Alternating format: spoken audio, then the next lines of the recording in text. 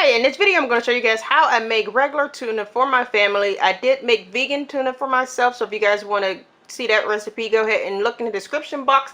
It will be down there, or I'll leave a little icon for you guys to click on. But yeah, let's get started. First, you're going to need some tuna, eggs, black pepper, salt. This is Mircle Whip, Dijon mustard, onions, celery, and relish. So what I'm going to do is mix all this stuff together. This is the Dijon mustard and the Mircle Whip.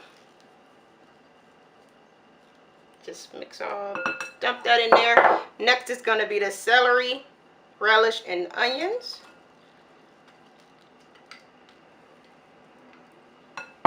And the salt and pepper. With Himalayan salt, you do not need to add a lot because it's really different from regular salt. I guess it's just like a lot saltier. I don't know. Then the pepper. And then yeah, you just mix all that together.